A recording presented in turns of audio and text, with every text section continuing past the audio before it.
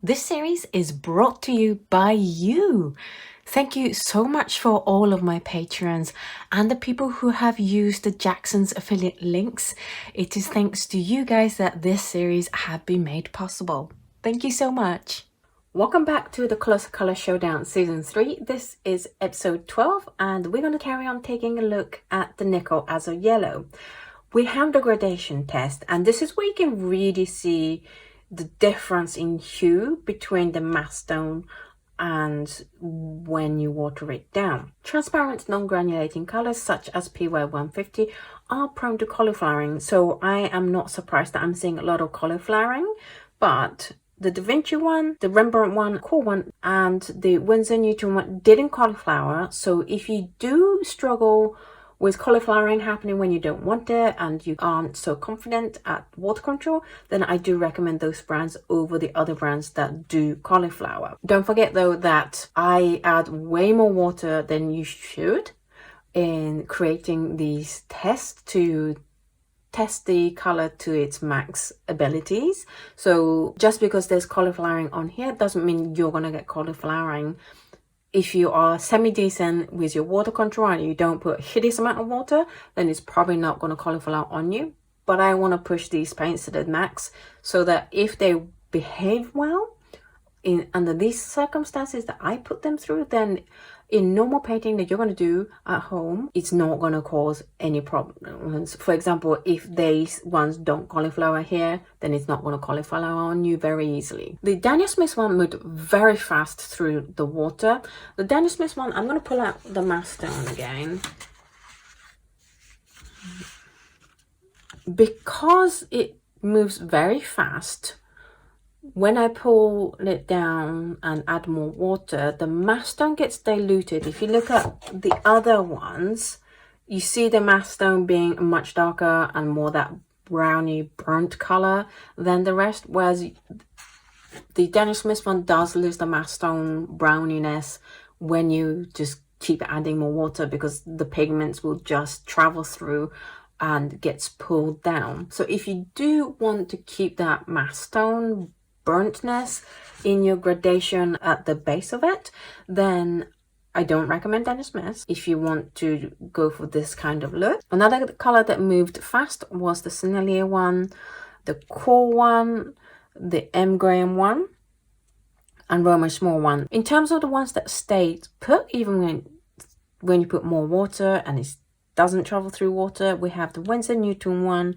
the Nickel Azo Yellow by Da Vinci, the White Knight, and the Rembrandt one. So you can choose between, do you want the colors to travel really fast through the water, or do you want the colors to stay exactly where you put them? Which again, I think is useful for us, because then we can pick and choose the behavior we want the most. But also, I'm really surprised at how varied the same PY150 pigment is behaving across the different brands, including, and I mentioned that when I did the opacity, there's a lot more variety in different characteristics for the same pigment than you normally suspect. There's usually some variance in behavior, but this one, the PY150, has a lot more variance than what we normally see in this show. Then we have the salt test. I was expecting a little bit more reaction than this because it's a transparent color.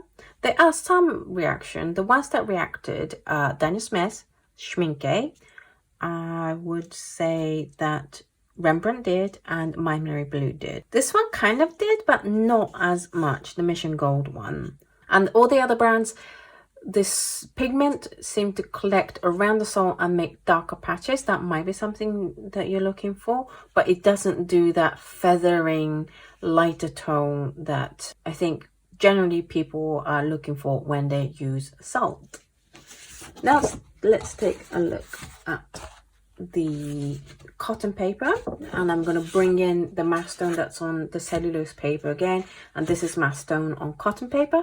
Let's see if there are any differences between the two paper. I would say that this is a lot more even, and you kind of lose that dark burntness at the top for the Daniel Smith than you do on the cellulose paper.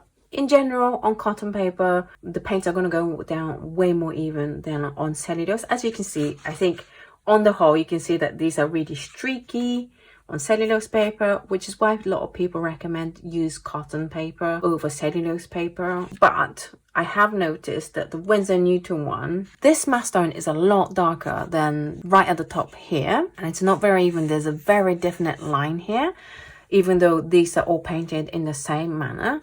So that might be an issue on Winsor Newton on cotton paper. If you don't really like that burntness of the colors on cellulose, which some people don't, they're just after more the mid-tone and the lightest tone, then I recommend definitely using cotton paper, because several brands do lose that streaky burnt color on cotton paper, like Daniel Smith.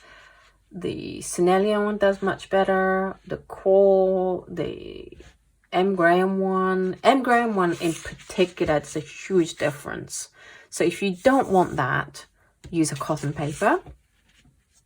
The Vinci one has no much of that burntness either. The Roman Szmal one isn't streaky, but you still get some of that dark burntness that looks more like granulation than streakiness, which it might be an effect that you're looking for.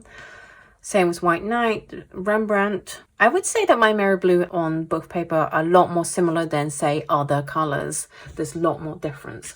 So yeah, if you don't want that burntness all over or the streakiness, then definitely try cotton paper over cellulose paper. Let's now take a look at how it mixes with other colors. The rough complementary color to the Nickel Azo Yellow is Colossal Violet, and I tried more redder violet and also more blue violet. They weren't as neutralizing as the Colossal Violet. The redder violets tend to make a more orangey mix, and the more blue violets made a lot more green color. But I do know that it's not quite the perfect complementary color either that I try to get to normally with these complementary color mixes. They're a little bit more brown than black, but this was the best one I could find while making this test sheet. Then we, as always, have Aureoline by Holbein. Again, this isn't PY40, this is the non-fading, the non-graying color. The Quinacridone Rose by Daniel Smith and the Phthalo Blue Yellow shade by Holbein, the three primary colors. The lowest tinting strengths colors, I would say, is Daniel Smith followed by Schmincke. Daniel Smith's one is very pale, and this is considerably a lighter green than any of the other ones. And then the Schmincke one, I would say it's 50-50 in terms of which one's the lowest tinting strength, because I would say like that is a dark orange than that, but the green is lighter in the Daniel Smith than the Schmincke. Majority of Nickel Azo Yellow is going to be very high tinting strength, and you can see that with the rest. The White Knight one might be a little bit lower in tinting strength, certainly around here, but on the whole they are going to be quite high in tinting strength. Because Nickel Azo Yellow is like a little bit muted bright yellow, it's going to make intense color mixes. So if you do find Nickel Azo Yellow a little bit high tinting strength, then go for Daniel Smith and Schmincke. You know, perhaps you have lower tinting strength palette, then these are going to work better for you than all these really high tinting strength colors. I have a feeling like these three are the most high tinting strengths in general, but there's very little difference between all the other brands, whereas these two are more noticeably lower in tinting strength. If this video has inspired you to try a new color that is PY 150 from different brands, but you don't want to pay out for whole tubes because watercolors are expensive, then don't worry, I've got your back. This month's Patreon exclusive dot card is the Nickel Azo Yellow dot card. And we have the Daniel Smith, Schmincke, Sennelier, Winsor Newton, Core, M. Graham, White Knight, and Rembrandt. And there's a ton of paints on here. People joke that these aren't dot cards, they're line cards. I just want to give you enough paint so you can thoroughly test out each brand until you know you're happy with one of those brands. If you'd like to receive this dot card, then all you have to do is head on over to patreon.com/AutoKano and sign up to the appropriate tiers, and I will be posting these dot cards to you very shortly. So that's it for Nickel Azo Yellow. What did you think of these colors? Which one do you think is going to be the best choice for how you want to do it? Because Nickel Azo Yellow turned out to have so many different characteristics and a lot of different variations. When you let me know which one's your favorite, do also let me know like what characteristics of that brand that really works for you. Maybe you're looking for a really transparent PY150, or maybe you're looking for a quite opaque one, or a lower tinting strength, high tinting strength, how it granulates, how it reacts to salt. There's so much variance here. I can tell you what I would pick, but that doesn't necessarily mean it's going to be the best one for you. I would recommend, if you're a little bit confused, then go back and watch this video and the previous video with the idea in mind of, okay, so I want like a transparent, good at gradating, non-cauliflower colored. Have something in mind of what kind of characteristics you want from that paint, and then watch the video through again and you'll be able to find the right one for you. For me, I like really transparent colors. I like colors that gives me the most control though. I do a lot of painting on cellulose watercolor paper. I do paint them on cotton paper as well, but I do a lot more on cellulose paper, and for that I would want paint that behaves well on cheap paper, and that is Daniel Smith and also Mission Gold.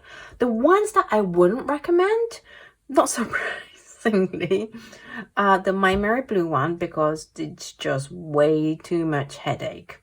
It has too many bubbles that just leaves marks, and you don't want that, you know. I also wouldn't recommend Sennelier.